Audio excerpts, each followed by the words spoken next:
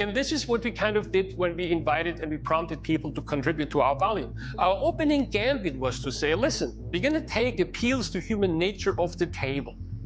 We treat it as an essentially contested concept, a concept that can't be biologically given, but is deeply bound up with metaphysical conceptions about what transhuman futures or human futures are possible, desirable, and good. Not a black box to be kept sealed, but a dreams box to be opened. Philosophers would say, what's your anthropology?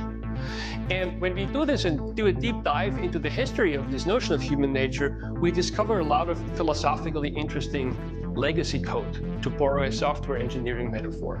Things that we don't think are just dysfunctional. We think it's very important to return to the history that's written into our technologies, into our engagement with technologies, and see what we can learn from those for the future. And if you do this deep dive, and especially in the Western Judeo-Christian tradition, you will see that the ontologically precarious status of humanity has, of course, been conceptualized as an entity that's somehow suspended between being an animal and living up to an ideal. You can call that ideal God if you want. Traditionally, it's been understood as the human being created in the image and likeness of God. And this is how we have navigated the tension between human exceptionalism versus radical species egalitarianism. Or what happens when we die? Is there some sort of transcendence over nature?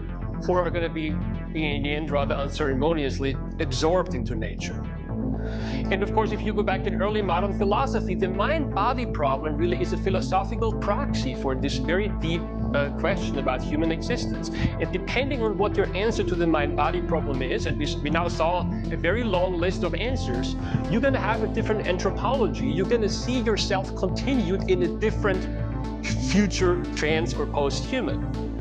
Are we embodied?